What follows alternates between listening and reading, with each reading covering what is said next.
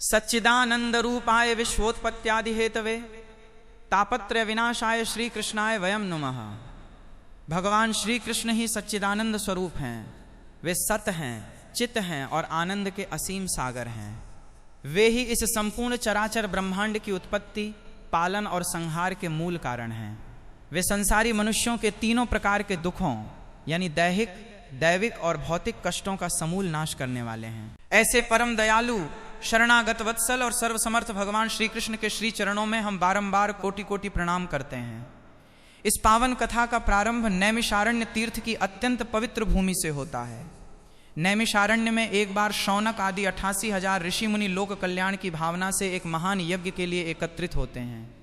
उस दिव्य सभा में ज्ञान और वैराग्य के सागर सूत जी महाराज का आगमन होता है। ऋषियों के मन में संसार के जीवों के प्रति अगाध करुणा है। वे सूत जी महाराज को ससम्मान व्यासपीठ पर विराजमान करते हैं और हाथ जोड़कर अत्यंत विनम्रता पूर्वक प्रश्न पूछते हैं। हे गुरुदेव, कलयुग का अंधकार चारों तरफ फैल रहा है। इस युग में मनुष्यों की आयु बहुत कम होगी, उनका मन चंचल होगा, वे भाग्यहीन और नाना प्रकार के रोगों तथा चिंताओं से घिरे रहेंगे। ऐसे समय में जीवों के कल्याण का सबसे सुलभ, सहज और अचूक साधन क्या है? कोई ऐसा मार्ग बताइए जिससे मनुष्य का भटकता हुआ मन शांत हो सके और वो इस जन्म मरण के बंधन से मुक्त हो सके। सूत जी महाराज ऋषियों की इस परम कल्याणकारी जिज्ञासा को सुनकर अत्यंत प्रसन्न होते हैं। वे मंद मंद मुस्कुराते हुए कहते हैं कि हे श्रेष्ठ मुनियों, आपने संपूर्ण संसार के हित के लिए बहुत ही उत्तम बात पूछी है। इस कलयुग रूपी महासागर को पार करने के लिए श्रीमद् भागवत महापुराण की कथा ही एकमात्र साक्षात नौका है। ये कोई साधारण कथा नहीं है, बल्कि स्वयं साक्षात भगवान श्री कृष्ण का वांग्मय स्वरूप है। जो मनुष्य इस कथा को एक बार भी सच्चे हृदय और अनन्य प्रेम से सुन लेता है, उसके अनंत जन्मों के संचित पाप, संशय और भय उसी क्षण भस्म हो जाते हैं। ये कथा साक्षात ज्ञान की गंगा है, जो अंतरात्मा के गहरे से गहरे मैल को धोकर जीव को निर्मल बना देती है। समय का चक्र निरंतर अपनी गति से घूमता रहता है। द्वापर युग का अंत हो चुका था और कलयुग अपने पैर पसार रहा था। उस समय पांडवों के परम प्रतापी, धर्मनिष्ठ और न्यायप्रिय वंशज राजा परीक्षित का संपूर्ण पृथ्वी पर एक छत्र राज्य था। राजा परीक्षित महाराज युधिष्ठिर के पौत्र और वीर शिरोमणि अभिमन्यु के परम तेजस्वी पुत्र थे। वे प्रजा को अपनी संतान के समान प्रेम करते थे और उनके राज्य में चारों तरफ सुख, शांति और समृद्धि थी। एक दिन महाराज परीक्षित आखेट खेलने के लिए यानी शिकार की खोज में घने वन की ओर निकल पड़े। दोपहर का समय था, सूर्यदेव अपने पूरे तेज पर थे। राजा अपने सैनिकों से बिछड़कर बहुत गहरे जंगल में चले गए। लगातार चलने और अत्यधिक गर्मी के कारण वे भूख और प्यास से अत्यंत व्याकुल हो उठे। कंठ पूरी तरह सूख चुका था और शरीर शिथिल हो रहा था। जल की खोज करते करते वे परम तपस्वी शमीक ऋषि के आश्रम में पहुंचे। आश्रम अत्यंत शांत और मनोरम था। उस समय शमीक ऋषि अपनी कुटिया में नेत्र बंद किए पूर्णतः शांत भाव से गहरी समाधि में लीन थे। वे ब्रह्मलीन अवस्था में थे, इसलिए उन्हें बाहरी संसार का कोई भान नहीं था। व्याकुल राजा परीक्षित ने आश्रम में प्रवेश किया और ऋषि से आदर पूर्वक जल मांगा। उन्होंने बार बार पुकारा कि हे मुनिवर, मैं बहुत प्यासा हूँ, मुझे थोड़ा जल प्रदान करें। परंतु समाधिस्थ होने के कारण शमीक ऋषि ने कोई उत्तर नहीं दिया, न ही वे अपने स्थान से हिले। भूख और प्यास की चरम सीमा, थकावट और उसी समय कलयुग के अदृश्य प्रभाव के कारण राजा परीक्षित की विवेकशील बुद्धि अचानक भ्रमित हो गई। उनके मन में विचार आया कि यह ऋषि कोई समाधि में नहीं है, बल्कि एक राजा को देखकर जानबूझकर अपना सम्मान बचाने के लिए ढोंग कर रहा है। क्रोध और अपमान की अग्नि में जलते हुए राजा ने अपनी मर्यादा भुला दी। उन्होंने पास ही भूमि पर पड़े एक मृत सर्प को अपने धनुष की नोक से उठाया और उसे शांत बैठे शमीक ऋषि के गले में डाल दिया। यह अनर्थ करने के बाद वे अपने महल की ओर लौट गए। जब शमीक ऋषि के परम तेजस्वी और क्रोधी पुत्र श्रृंगी ऋषि को इस बात का पता चला तो उनका हृदय अत्यंत व्यथित और क्रोधित हो उठा। उन्होंने देखा कि एक राजा ने उनके निरपराध और तपस्वी पिता का ऐसा घोर अपमान किया है। श्रृंगी ऋषि ने तत्काल कौशिकी नदी का पवित्र जल अपने हाथ में लिया और अपनी तपोबल की ऊर्जा से राजा परीक्षित को एक भयंकर शाप दे दिया। उन्होंने कहा कि जिस अभिमानी राजा ने मेरे शांत पिता के गले में मृत सर्प डालकर मर्यादा का उल्लंघन किया है, उसे उसके पाप का दंड अवश्य मिलेगा। आज से ठीक 7वें दिन काल रूपी तक्षक नाग उस पापी परीक्षित को डसेगा और उसी के विष से उसकी मृत्यु हो जाएगी। जब राजा परीक्षित अपने राजमहल पहुंचे और कलयुग का मुकुट उतारा तो उनका विवेक वापस आ गया। उन्हें अपने किए पर घोर पश्चाताप हुआ। वे आत्मग्लानि से भर गए कि उन्होंने एक निरपराध ब्राह्मण और संत का अपमान कैसे कर दिया। उसी समय आश्रम से ऋषि के शिष्यों द्वारा उन्हें शाप की सूचना मिली। शाप की बात सुनकर राजा परीक्षित तनिक भी भयभीत या क्रोधित नहीं हुए, बल्कि उन्होंने इसे भगवान का एक आशीर्वाद माना। उन्होंने सोचा कि यह शाप मुझे संसार के मोह बंधन से मुक्त करने का एक माध्यम है। उन्होंने बिना एक पल की देरी किए अपने विशाल राजपाठ, असीम धन दौलत, सुंदर महल, मुकुट और राजसी वस्त्रों का सदा के लिए त्याग कर दिया। अपने पुत्र जन्मेजय को राज्य सौंपकर वे अपनी आत्मा की मुक्ति का मार्ग खोजने के लिए परम पावन गंगा नदी के तट पर आकर बैठ गए। उन्होंने अन्न और जल का पूरी तरह से परित्याग कर दिया और केवल भगवान के चरणों में अपना मन लगा लिया। जब यह समाचार चारों दिशाओं में फैला कि परम प्रतापी राजा परीक्षित ने सब कुछ त्याग दिया है और वे गंगा तट पर आमरण अनशन पर बैठ गए हैं, तो पूरे आर्यावर्त में तहलका मच गया। देश विदेश के कोने कोने से महान संतों, तपस्वियों, सिद्ध पुरुषों और त्रिकालज्ञ ऋषियों का गंगा के पावन तट पर जमावड़ा होने लगा। महर्षि वशिष्ठ, विश्वामित्र, पराशर, भारद्वाज और वेद व्यास जैसे महान ऋषि वहां पहुंचे। संपूर्ण तट एक दिव्य देव सभा के समान प्रतीत होने लगा। वहां उपस्थित सभी विद्वानों और संतों के बीच एक ही गहन चिंता चल रही थी कि जिस जीव की मृत्यु मात्र 7 दिनों के भीतर निश्चित हो, उसे इतने कम समय में मोक्ष कैसे दिलाया जा सकता है। कौन सा ऐसा साधन है जो 7 जन्मों के फेर को 7 दिनों में काट सके। हर कोई अपनी अपनी बुद्धि और शास्त्रों के अनुसार विचार कर रहा था, परंतु कोई एक निश्चित मत नहीं बन पा रहा था। तभी उस विशाल जनसमूह के बीच एक परम अलौकिक दृश्य उपस्थित हुआ। वहां परम तपस्वी, दिगंबर अवस्था में विचरने वाले महर्षि वेद व्यास के आत्मज्ञानी पुत्र श्री सुखदेव जी महाराज का दिव्य आगमन हुआ। उनकी आयु केवल 16 वर्ष की थी, परंतु उनका मुखमंडल कोटि सूर्य के समान दीप्तिमान था। वे संसार के समस्त बंधनों, मान अपमान और माया से पूरी तरह परे थे। उन्हें साक्षात सांख्य और भक्ति का मूर्त रूप माना जाता था। जैसे ही सुखदेव जी सभा में पहुंचे, वहां उपस्थित वयोवृद्ध ऋषियों ने भी उठकर उनका आदर सत्कार किया। राजा परीक्षित का हृदय सुखदेव जी को देखकर आनंद से भर गया। उन्होंने दौड़कर उनके चरणों में साष्टांग प्रणाम किया। उन्हें एक सुंदर उच्च आसन पर बैठाया, उनके चरणों को गंगाजल से धोया और हाथ जोड़कर अश्रुपूर्ण नेत्रों से अपनी जिज्ञासा प्रकट की। हे गुरुदेव, आप साक्षात नारायण के रूप हैं। मेरा अंत समय निकट आ चुका है। मुझे ऋषि कुमार का शाप मिला है कि 7वें दिन तक्षक नाग मुझे डस लेगा। कृपा करके मुझे राह दिखाइए। जिस मनुष्य की मृत्यु 7 दिनों के भीतर निश्चित हो, उसका परम कर्तव्य क्या है? उसे किस मार्ग पर चलना चाहिए, किसका श्रवण करना चाहिए, किस मंत्र का जप करना चाहिए और किसका निरंतर स्मरण करना चाहिए? कृपा कर मुझे इस भवसागर से पार उतारिए। महर्षि सुखदेव जी ने राजा परीक्षित के मुख से ऐसे गहरे वैराग्य और भक्ति से भरे वचनों को सुना तो उनका हृदय अत्यंत द्रवित हो उठा। उन्होंने राजा की सराहना करते हुए कहा कि हे राजन, तुम्हारा यह प्रश्न केवल तुम्हारे लिए नहीं, बल्कि संपूर्ण मानव जाति के कल्याण का मार्ग प्रशस्त करने वाला है। मृत्यु तो हर क्षण हर जीव के निकट खड़ी है।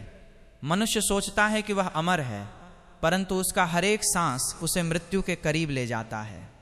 अंत समय में भय को त्याग कर केवल और केवल परमेश्वर की कथाओं का श्रवण ही आत्मा को अमर बनाता है। जो जीव अंतिम समय में नारायण का नाम लेता है, उसका ये 84 लाख योनियों का चक्र सदा के लिए समाप्त हो जाता है।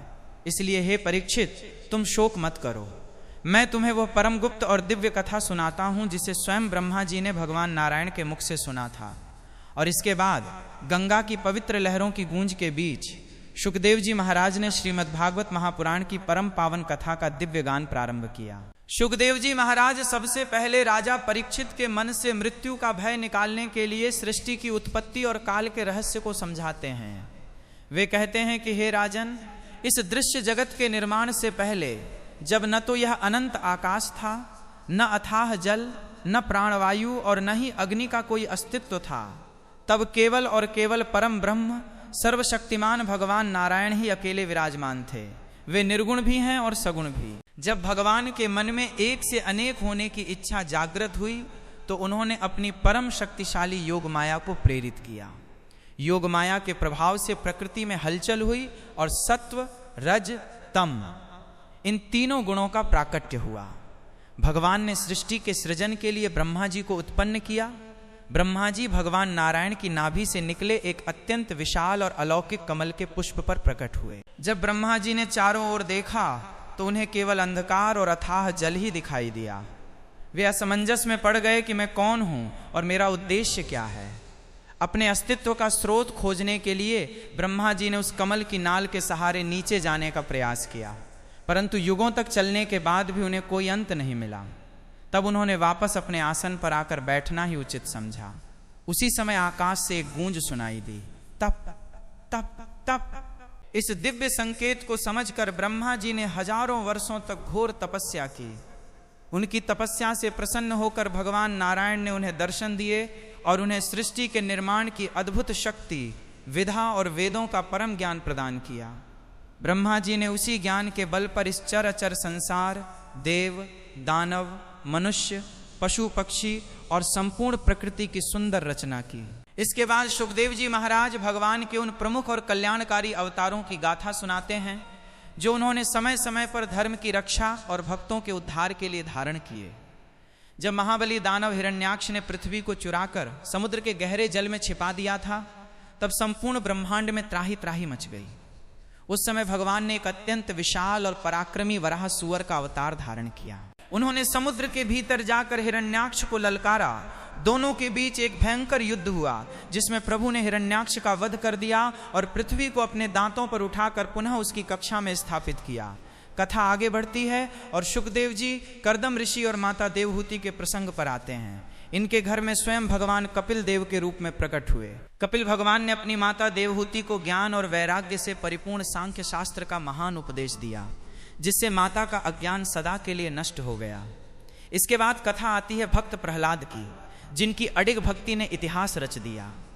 हिरण्यकश्यप नाम का राजा अत्यंत अहंकारी हो गया था और स्वयं को भगवान मानने लगा था, परंतु उसका अपना ही पुत्र प्रहलाद भगवान नारायण का अनन्य भक्त निकला। हिरण्यकश्यप ने प्रहलाद को मारने के लिए पहाड़ से गिराया, जहर दिया, आग में जलाया, परंतु हर बार नारायण ने अपने भक्त की रक्षा की। अंत में जब उसने क्रोध में आकर पूछा कि बता तेरा भगवान कहाँ है, क्या इस लोहे के खंभे में भी तेरा भगवान है? प्रहलाद ने अत्यंत विश्वास से कहा कि हाँ पिताजी, मेरे प्रभु हर कण में हैं, इस खंभे में भी हैं। हिरण्यकश्यप ने जैसे ही गदा से खंभे पर प्रहार किया, वैसे ही एक भयंकर गर्जना हुई। खंभा तड़क कर दो भागों में बंट गया और उसमें से साक्षात भगवान नरसिंह रूप में प्रकट हुए। उनका आधा शरीर सिंह का था और आधा मनुष्य का। उनकी आंखें जलते अंगारे की तरह थीं।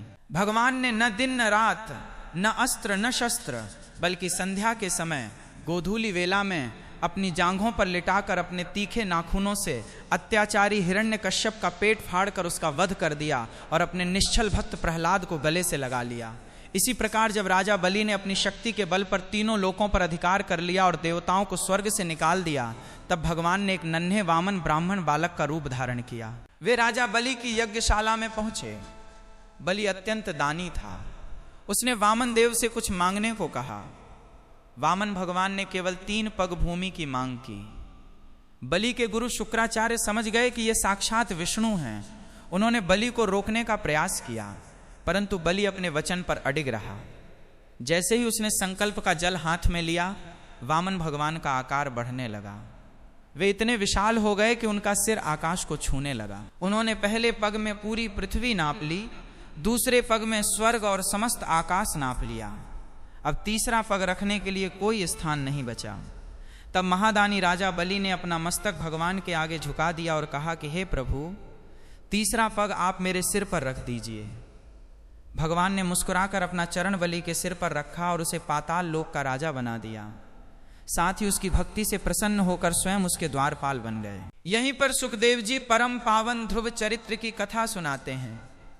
5 वर्ष का नन्हा बालक ध्रुव अपनी सौतेली माता सुरुचि के कटु वचनों से आहत होकर रोता हुआ अपनी माता सुनीति के पास जाता है। माता कहती है कि बेटा, यदि तुम्हें सम्मान पाना है तो उस परम पिता परमात्मा की शरण में जाओ। 5 वर्ष का बालक वन की ओर निकल पड़ता है। मार्ग में उन्हें देवर्षि नारद मिलते हैं, जो उन्हें ट नमो भगवते वासुदेवाय मंत्र की दीक्षा देते हैं। ध्रुव यमुना तट पर मधुवन में जाकर ऐसी कठोर तपस्या करते हैं कि उनके तपोबल से तीनों लोक कांपने लगते हैं।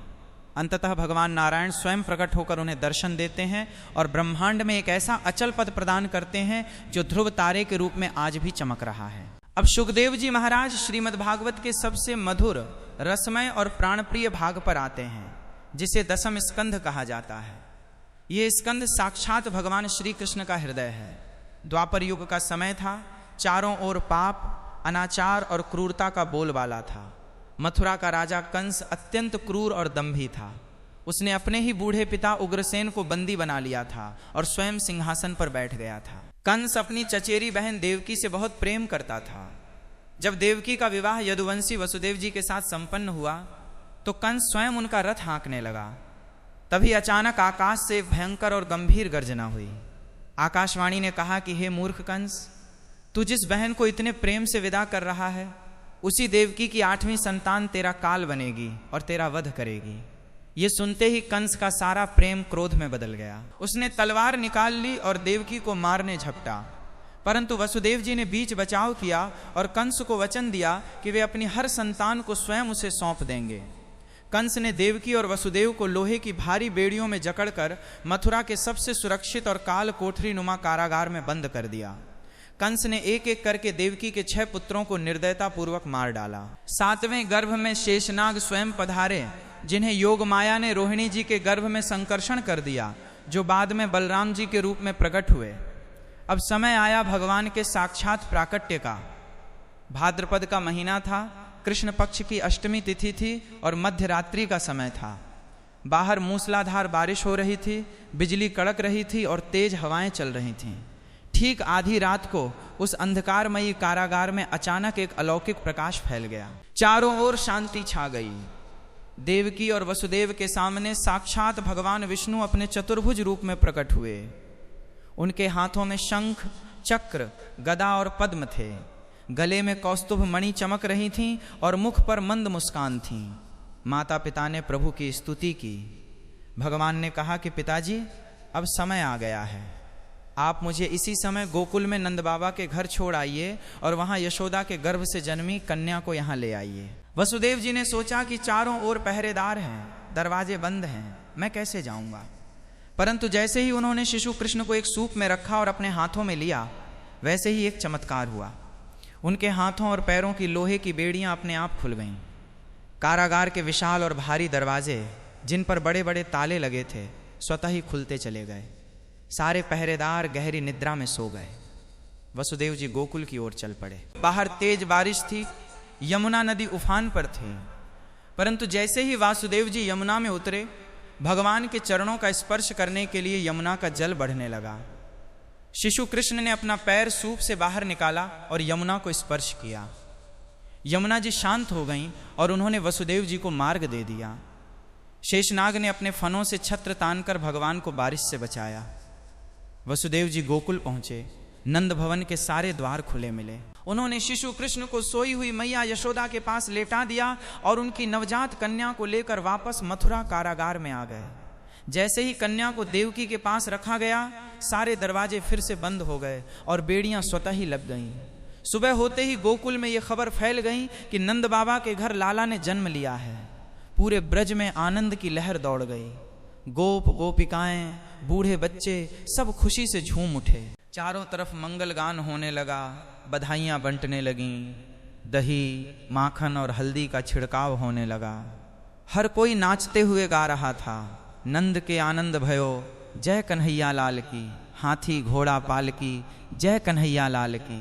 इधर मथुरा में जब कंस को पता चला कि 8वीं संतान का जन्म हो चुका है, तो वो भागा भागा कारागार में आया। उसने देवकी के हाथ से उस कन्या को छीन लिया। देवकी रोती रही कि ये तो कन्या है, इससे तुम्हें कोई खतरा नहीं है।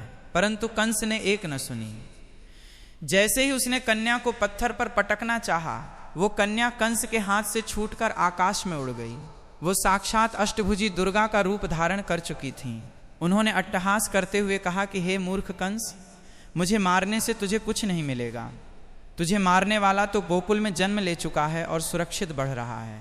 ये कहकर देवी अंतर्ध्यान हो गईं। कंस भय और चिंता से कांपने लगा। कंस ने बालकृष्ण को मारने के लिए गोकुल में अपनी सबसे क्रूर राक्षसी पूतना को भेजा। पूतना एक अत्यंत सुंदर गोपी का रूप धारण कर गोकुल पहुंची। उसके स्तनों में भयंकर विष लगा हुआ था। वह बालकृष्ण को अपने प्रेम के जाल में फंसाकर दूध पिलाने लगी। परंतु साक्षात काल के भी काल भगवान श्री कृष्ण ने जैसे ही उसके स्तनों को अपने मुख से लगाया, उन्होंने विष के साथ साथ पूतना के प्राणों को भी चूसना शुरू कर दिया। पूतना अपने असली राक्षसी रूप में आ गई और दर्द से चिल्लाती हुई धरती पर गिर पड़ी और मर गई। भगवान ने उसे भी अपनी माता के समान गति प्रदान की, क्योंकि उसने भले ही कपट से पर मां का रूप धरकर प्रभु को दूध पिलाया था। इसके बाद कंस ने शक्टासुर को भेजा, जिसे प्रभु ने एक लात मारकर नष्ट कर दिया। तृणावर्त नाम का राक्षस बवंडर बनकर आया और श्री कृष्ण को आकाश में ले गया, परंतु प्रभु ने अपना भार इतना बढ़ा लिया कि वो राक्षस उनका वजन संभाल नहीं पाया और जमीन पर गिरकर मर गया। बकासुर, अघासुर और धेनुकासुर जैसे भयंकर असुरों का भी प्रभु ने खेल खेल में उद्धार कर दिया। मैया यशोदा के आंगन में प्रभु की बाल लीलाएं अत्यंत मनमोहक थीं। कृष्ण अपने सखाओं के साथ मिलकर गोपियों के घरों से माखन चुराते थे, मटकियां फोड़ देते थे और माखन खुद भी खाते थे और बंदरों को भी खिलाते थे। एक दिन कृष्ण ने खेल खेल में मिट्टी खा ली।